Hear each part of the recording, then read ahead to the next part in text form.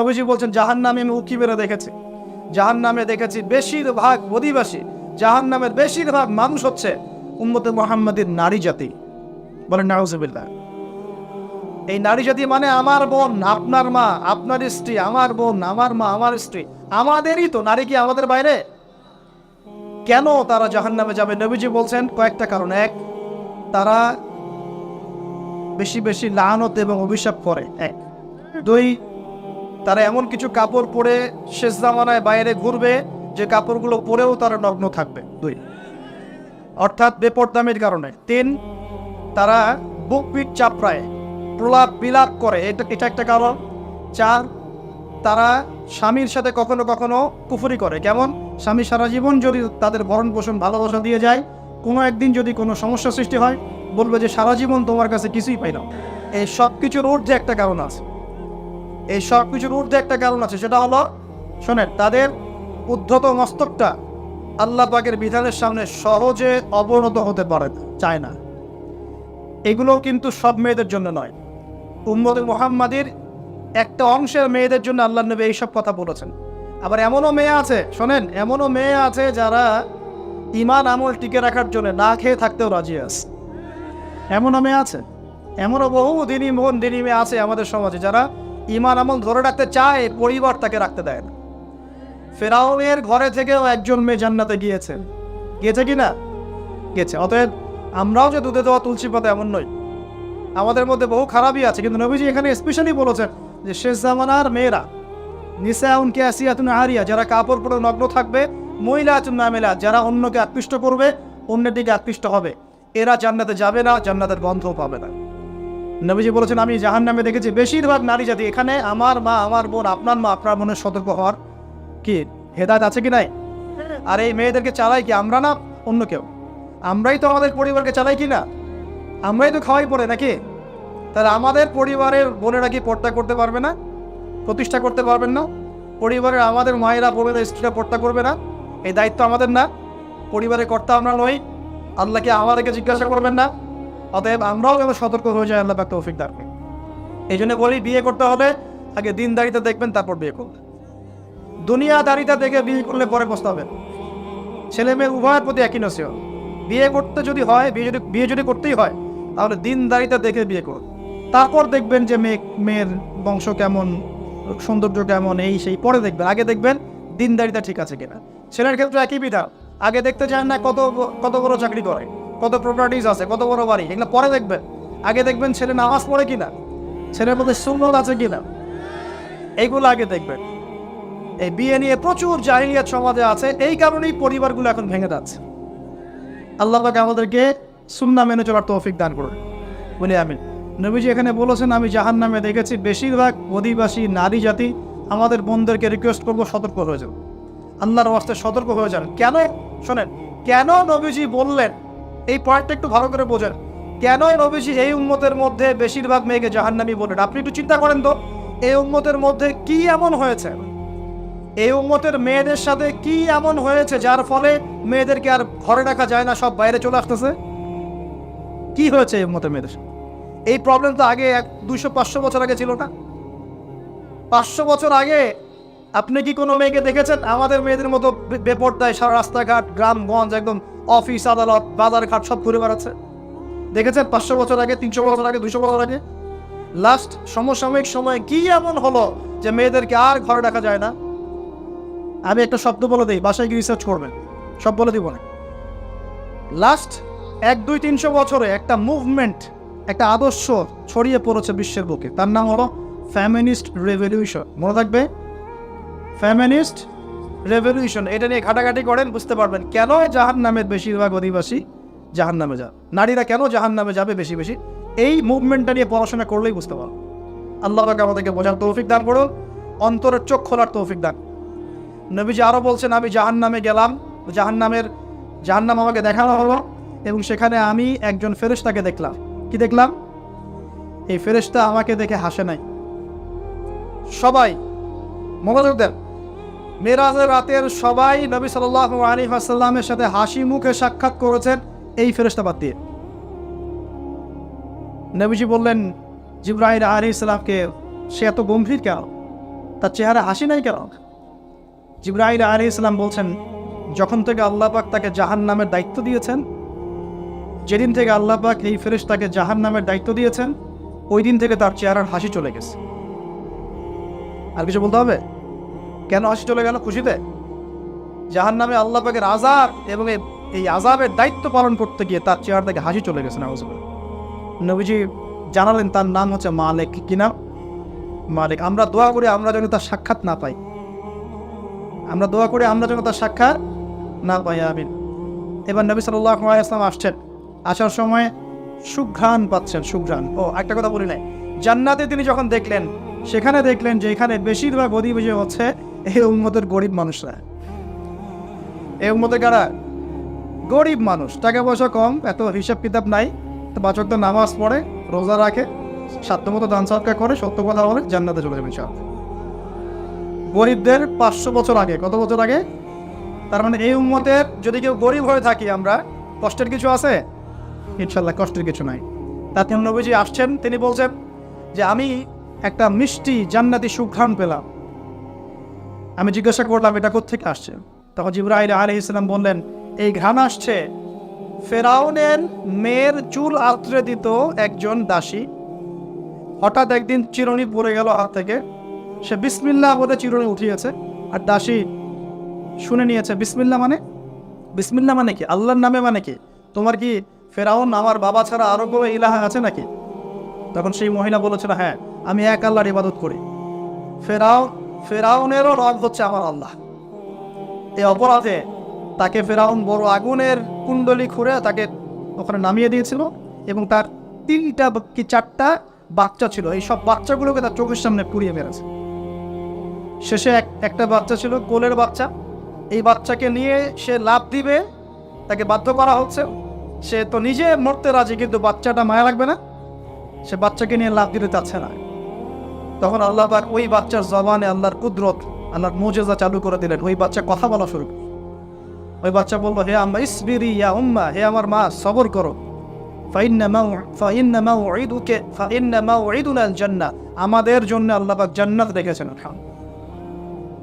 লাভ দিয়ে জান্নাত। ওই যে ফেরাউনের স্ত্রী বলা ঠিক না এখানে, ফেরাউনের ওই দাসী যে চুল আশ্রয় দিত, আসিয়া, যার নাম বলা হয় কোনো কোনো জায়গায় আসিয়া, এবং তার সন্তানদেরকে যেখানে দাফন করা হয়েছে ওখান থেকে জান্নাতের ঘ্রাণ আসছে। কে পেলেন এই ঘ্রাণ? রাসূলুল্লাহ সাল্লাল্লাহু আলাইহি ওয়াসাল্লাম। এবার তিনি চলে আসছেন, এসে কাবাঘরের হাতিমে আবার এসে সেখানে আসলেন। এখানে বিমর্ষ মুখে বসে আছে।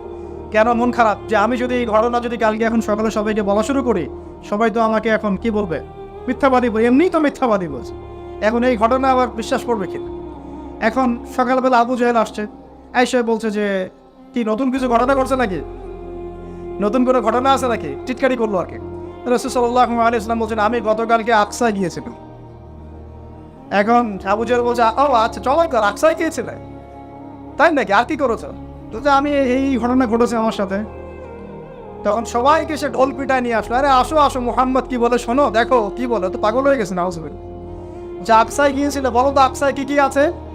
সুবহানাল্লাহ। আল্লাহ রাব্বুল আলামিন, এখন যেমন ভিডিও দেখি না আমরা, এইভাবে আল্লাহ রাব্বুল আলামিন মসজিদুল আকসাকে নবীর সামনে তুলে ধরলেন সামনে, এবং নবী সাল্লাল্লাহু আলাইহি ওয়াসাল্লাম দেখে দেখে বলছেন আকসায় কয়টা দরজা আছে, কয়টা জানলা আছে, পূর্ব দিকে কি আছে, পশ্চিম দিকে কি আছে, সিঁড়ি কয়টা, সব বলে দিলেন মুসা। এরপর আবু বকর সিদ্দিকের সামনে একজন কাফের গিয়ে বলছে, জানো মুহাম্মদ কি বলেছেন? মুহাম্মদ এই কথা বলছে। আবু বকর সিদ্দিক তখন বলছেন যে আমি তো এর চাইতেও কঠিন কথা বিশ্বাস করি। আমি তো বিশ্বাস করি যে নবী সাল্লাল্লাহু আলাইহি ওয়াসাল্লামের কাছে আসমান থেকে আল্লাহর ওহী আসে, আর মেরাজের রাতটার এমন কি, আমি তো বিশ্বাস করি আল্লাহ তার সাথে কথা বলেন, আল্লাহ পাকের কথা তার কাছে আসে, আল্লাহর কালাম তার কাছে আসে। ওই দিন থেকে নবী সাল্লাল্লাহু আলাইহি ওয়াসাল্লামের এই সাহাবীর নাম হয়ে গেল আবু বকর সিদ্দিক। এখন এর মাঝখানে আর কয়েকটা কথা হয়েছে, আমাদের নবী পরে হাদিসে জানিয়েছেন, এগুলো বলে শেষ করছে। নবীজি বলছেন, আমি যখন মেরাজের রাতে গিয়েছি, আমাকে আল্লাহ পাক কিছু আযাব দেখিয়েছেন। কি দেখেছেন ভাই? আমরা দোয়া করি আল্লাহ পাক এই আযাবগুলো থেকে আমাদেরকে বাঁচান, এবং যে পাপের কারণে এই আযাব হয় সে পাপ থেকে আমাদেরকে বাঁচান। বলেন আমিন। আর একটা কথা বলে রাখি, যেহেতু নবীকে এই আযাবগুলো দেখানো হয়েছে, অন্য কোনো নবীকে কিন্তু দেখানো হয় নাই। কাকে দেখানো হয়েছে? আমাদের নবীকে। তার মানে এই পাপগুলো এবং এই আযাব আমাদের উম্মতের মধ্যেই বেশি থাকবে। বুঝতে পারছেন না মনে হয়? এই আযাব এবং পাপগুলো কি অন্য কোনো নবীকে দেখানো হয়েছে? আমাদের নবীকে দেখানোর কারণ কি? কারণ আপনার উম্মতের মধ্যে এই পাপগুলো ছড়াবে বেশি, এবং আপনার উম্মতের একটা অংশ এই আযাবগুলো ভোগ করবে। কি আযাব? নবীজি যাচ্ছেন, দেখছেন, যুবকরা শুনে ভালো করে, নবীজি দেখছেন একটা চুলা, কি ভাই, তন্দুর রুটি দেখেছেন যে চুলায় রান্না করে, ঠিক ওই রকম শব্দই হাদিস এসেছে, তান্দুর।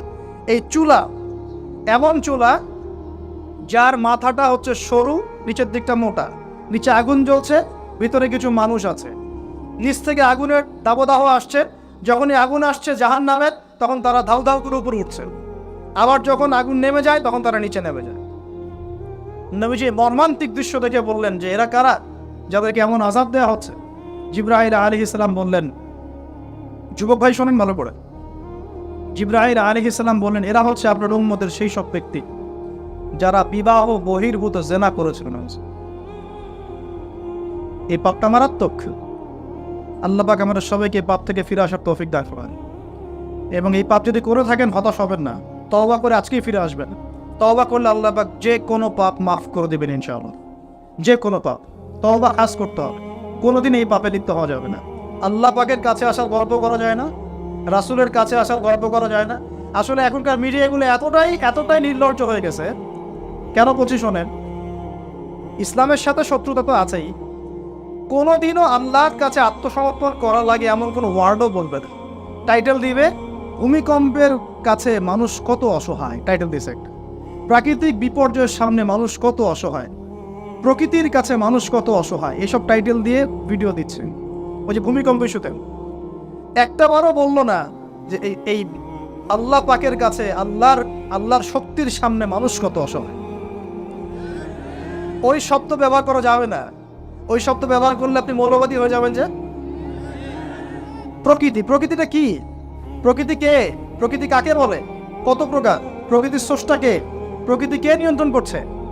ভূমিকম্পের কোনো ক্ষমতা আছে না? ভূমিকম্প যে দেয় তার ক্ষমতা আছে। এই সাগরের কোনো ক্ষমতা আছে? সাগরে যে জলোচ্ছ্বাস দেয় তার ক্ষমতা আছে। এই মাটিটাকে স্থির কে রেখেছে? এখন আমরা তো এখনো মহাবিশ্বে ঘুরছি না? এই যে ওয়াজ করছি যখন আমরা, এখনো পৃথিবীটা ঘুরছে। আমরা কি বুঝতে পারছি? কে পৃথিবীকে স্থির রাখলো? কেউ বলবে না যে আল্লাহর আযাবের সামনে মানুষ কত অসহায়। হ্যাঁ, বলবে প্রকৃতির সামনে মানুষ কত অসহায়, ভূমিকম্পের সামনে মানুষ কত অসহায়। মানে এমন এমন চটকদার কিছু শব্দ দিবে, এই শব্দগুলো আপনাকে চিনিয়ে দিবে যে কারা আল্লাহর বাহিনী, কারা আল্লাহর দুশমনের বাহিনীর মধ্যে আছে। তো এখানে যুবকদেরকে উৎসাহিত করা হয়েছে না জেনার জন্য।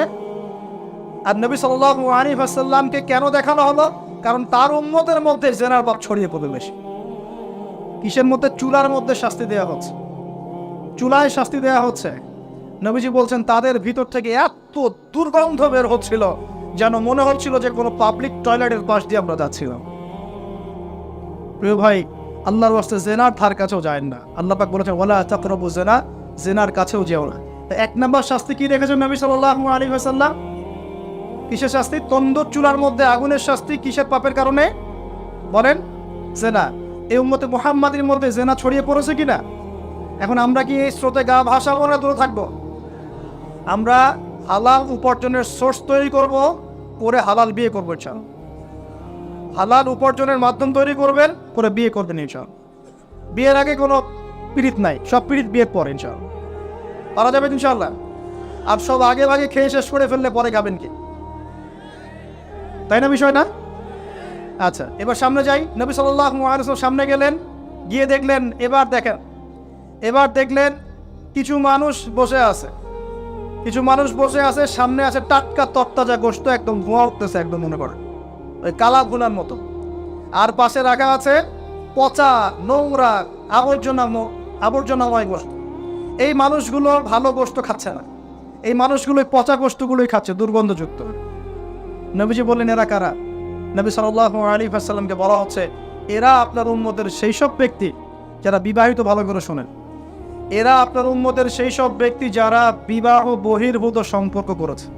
মানে বিয়ে করার পরেও, বাসায় স্ত্রী থাকার পরেও বাইরে জেনা করেছে, বাসায় স্বামী থাকার পরেও বাইরে জেনা করেছে। এখন আমাকে বলেন তো, উম্মতে মুহাম্মাদের মধ্যে সমকালীন সময় এই ফিতনাটা ছড়িয়ে পড়ে নাই? পরকীয়া ছড়িয়ে পড়ে নাই?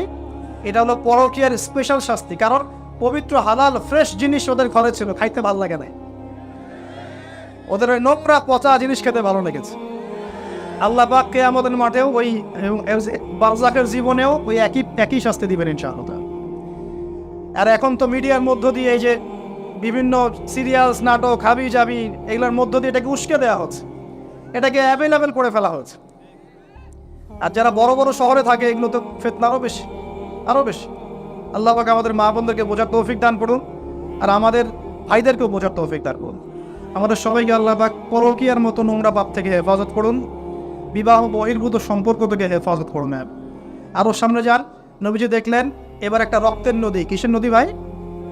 প্রশ্ন করব কেন রক্তের নদী, উত্তর দিতে হবে। ওই রক্তের নদীতে আল্লাহ পাক কিছু মানুষকে রেখেছে, ফেরেশতারা পাথর দিয়ে তাদের মাথা ফাটিয়ে দিচ্ছে, পাথর ছিটকে অন্য জায়গায় চলে যাচ্ছে, পাথর নিয়ে আসার মুহূর্তের মধ্যেই মাথা আবার জোরে লেগে যাচ্ছে, আবার পাথর দিয়ে মাথা ফাটিয়ে দেওয়া হচ্ছে, আবার পাথর ছিটকে চলে যাচ্ছে। নবীজি জিজ্ঞাসা করলেন এরা কারা যাদেরকে শাস্তি দেওয়া হচ্ছে? নবী সাল্লাল্লাহু আলাইহি ওয়াসাল্লামকে জিবরাইল আলাইহিস সালাম বললেন এরা আপনার উম্মতের সেই সব ব্যক্তি যারা সুদখোর ছিল। কি ছিল? এখন বলেন রক্তের নদী কেন?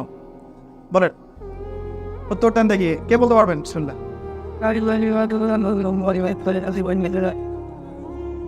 মাশাআল্লাহ মাশাআল্লাহ, শুকরিয়া। সুদের মধ্য দিয়ে এক শ্রেণীর মানুষ ধনী হয় আর এক শ্রেণীর মানুষ গরিব হয়। সুদের মধ্য দিয়ে গরিব মানুষের রক্তটাকে চুষে খাওয়া হয়। এই কারণেই কিয়ামতের মাঠে এবং বারজাখের জীবনে রক্তের নদীতে ফেলে মাথাটা ফাটিয়ে দেওয়া। মাথা কেন ফাটানো হবে? এই মাথা দিয়ে শয়তানি বুদ্ধিটা বের করেছিল যে ইন্নামাল বাইউ মিসলুর রিবা, সুদ হচ্ছে ব্যবসার মতোই। এই শয়তানি কোত্থেকে বের হইছে? এই মাথা থেকে। এই কোন মাথা ফাটায় দেওয়া। আল্লাহ পাকের শাস্তি খুব নিপুণ। আমি চিন্তা করার চেষ্টা করেছিলাম আজকে কেন এই শাস্তিগুলো এইভাবে আসবে। আল্লাহু আ'লাম বিসওয়াব, আল্লাহ ভালো জানেন, তবে আমাদের কাছে এটা মনে হয়। এরপর সামনে যান, এই পাপের কারণেই আরও কিছু মানুষকে শাস্তি পেতে দেখা গেছে। নবীজি দেখেছেন আরও এক শ্রেণীর মানুষ যাদের পেটটা ফুলে আছে। প্রাসাদ দেখেছেন, অট্টালিকার মতো পেটটা ফুলে আছে, ভিতরে সাপ কিলবিল করছে। না না না না না, নবীজিকে জিজ্ঞাসা করলেন এরা কারা? এই হাদিসেও আছে এরা ছিল আপনার উম্মতের সুদখোর ব্যক্তিরা, পেটের ভেতর সাপ কিলবিল করছে। আর একটা জায়গায় তিনটা দেখা গেছে সুদখোরের শাস্তি। কয়টা ভাই? তিনটা। একটা দেখলাম রক্তের নদীতে মাথা ফাটানো, একটা হচ্ছে পেটের মধ্যে সাপ কিলবিল করছে, আরেকটা হচ্ছে দেখলেন কিছু মানুষ পানিতে হামাগুড়ি দিচ্ছে এবং পাথর খাচ্ছে। কি খাচ্ছে ভাই? পাথর। এবং এই পাথরটা ভিতরে যাচ্ছে, গিয়ে পিছনের রাস্তা দিয়ে বের হয়ে যাচ্ছে। নবীজি বলেন এরা কারা? একই উত্তর দিলেন জিবরাইল আলাইহিস সালাম, এরা হচ্ছে আপনার উম্মতের সুদখোর ব্যক্তিরা। সুদের এই তিনটা শাস্তি স্পেশাল দেখা গেছে। কেন আল্লাহ ভালো জানেন, আমরা সব ব্যাখ্যা করতে পারবো না। নবীজি আরও সামনে এগিয়ে গেলেন, তাকে দেখানো হলো এবার এক শ্রেণীর ব্যক্তি, হাতগুলো নখগুলো তামার মতো তামার নখ, লম্বা লম্বা নখ। দেখেছেন কোনো মুভির মধ্যে দেখা গেছে, ছবির মধ্যে তামার লম্বা নখ। হ্যাঁ, তো এই নখগুলো দিয়ে তারা চোখ এবং গাল আঁচড়াচ্ছে, কোনো ক্ষেত্রে বুক আঁচড়াচ্ছে এবং ওই গোশতগুলো খাচ্ছে। নবী জিজ্ঞাসা করলেন এরা কারা? নবীজিকে বলা হচ্ছে এরা আপনার উম্মতের সেই সব ব্যক্তি যারা বেশি বেশি গীবত করত এবং অন্যের নামে মিথ্যা অপবাদ ছড়াতো। আর সতর্ক করে দেই, এই পাপটা কিন্তু এখন ছেলে মেয়ে সব সমাজে বেশি হয়। কি আলেম জালেম সব সমাজে বেশি হয়। কোনো ক্ষেত্রে ওয়াজ মাহফিলের প্যান্ডেলগুলোর মধ্যে বসে বসে মানুষের গীবত করা হচ্ছে। এবং এই অনলাইনের ফেসবুক আর ইউটিউবের যে কন্টেন্টের যুগগুলো চলছে, এখানে কারণ থাক না থাক মানুষের গীবত প্রচুর হচ্ছে। কোনো কারণে হোক অকারণে হোক, সতর্ক হয়ে যাবেন। আপনার দ্বারা আমার দ্বারা যদি কারো গীবত হয়, তামাক নখ দিয়ে গাল আশ্রাতে হবে কিয়ামতের মাঠে। আল্লাহ পাক বাঁচাক, আমাদের হেফাজত করুন।